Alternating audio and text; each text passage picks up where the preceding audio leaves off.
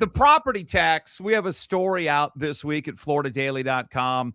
So the Fraternal Order Police, which is a pretty conservative outfit, they supported Randall, they supported for President DeSantis over Trump, came out and just said, hey, we're not behind this property tax. It's just not wise. And then the Florida Sheriff's Association, another big group of people, came out and says, yeah, we got a lot of problems with the property tax. I'm not surprised that the firefighters opposed it as well.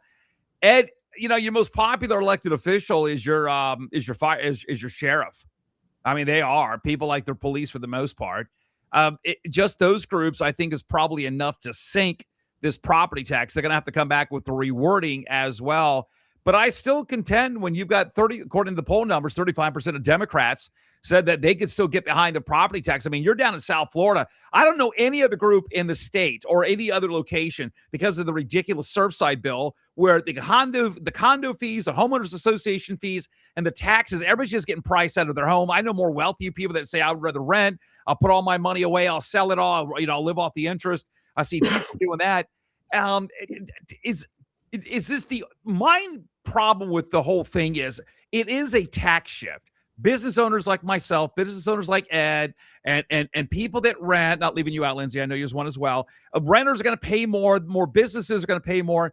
But I think the argument, Ed Lynch, about, hey, it's going to cut services, I think that sells. Now, I'm not saying that the bigger cities cannot absorb some of that. I think there's an argument that they can. But I think people are going to start to buy into it, especially when the sheriff's department comes out. And by the way, I never knew a tax cut or a tax increase that ever slowed down response time. So that's a new one on me. But they're saying if this property tax goes through, response time for first responders are going to slow down.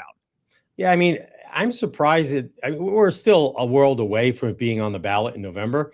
So there's plenty of time for people to get out there with, the sheriffs and the firefighters and the Police Benevolent Association, state troopers, all of those guys. They're trying to work it out and just say, hey, look, just keep us whole, because the last thing that you want as a public servant is to go against the ordinary homeowners. And homeowners see the property tax reduction as a good thing because our property taxes have gone so high. Think about this. There's no unrealized capital gains, federally speaking, right? Right.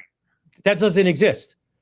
How is it that my property insurance went up on my house because the value of my house went up, but I didn't realize those gains? I didn't realize any extra money to me, but my property taxes went up. That's an unrealized gain.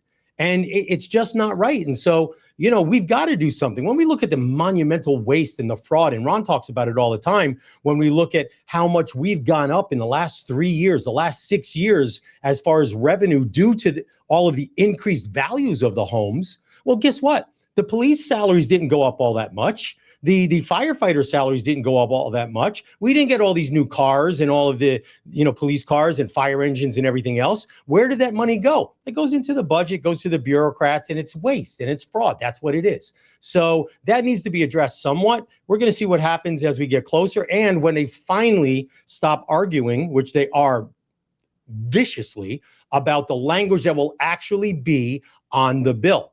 On the ballot, because you could put language on the ballot that says, don't kick puppies. We should not kick puppies. But the underlying bill would be, let's kick all the puppies that we could find. So they're really fighting over the interpretation and how people could potentially interpret the language that's on the actual ballot initiative. So, we're a little bit away. But as of right now, we're going to get 60%. Ed said something which caught my attention. I've said this on my radio show many times. And I'll kind of use, Lindsay, the analysis. Oil and gas, the biggest beneficiary of higher gasoline prices is not the oil companies. It's the government. The government makes a boatload of money off the gas taxes, okay? And they make all the amount of money off the permitting process when they have to go research all this stuff as well. So the government's the biggest beneficiary. Ed just said something I totally remember. I was catching myself saying this before. The biggest beneficiary of you adding more to your home, fixing it up where it's worth more money. Technically it would be you if you wanted to sell it. But until you sell it, the biggest beneficiary is the government, because as soon as the property appraiser comes out and does a reevaluate adjustment out there, which all of these cities are going to be crying for, this thing passes, guess who's going to end up paying more taxes? You guys are, and everybody's going to end up paying more. And when you redo your house or you improve it, your value goes up, which means they can come right behind you and charge you, like Ed says about the unrealized gains. You don't get to make any money off of that. But right now, the government makes all of the money because of the taxes. Again, they're the biggest beneficiary of you improving your home, Lindsay. Yeah, absolutely. And who's paying for all these improvements? It's not the government. It's not the government that's paying to redo your bathroom, or it's not the government paying to get a new paint job and to make sure that the roof is a new one, because goodness gracious, you can't get insured if it's like over 5 years old or something ridiculous. I feel like that is a slippery slope right there too. But I do agree with you completely, Ed. I think that it's completely unfair to taxpayers. It's completely unfair to homeowners. And frankly, when gas prices are up 26%, families, the middle class specifically, is really struggling, and there's got to be some relief to us. So I think that I think it's going to pass, just like Ed Lynch said. I think it's going to pass. I think that there's so much discontent with the unaffordability in the country right now, and I think it's inevitable. I mean, people need tax relief, and they're not going to get it except through this, at least at this point. And you can't even increase your capital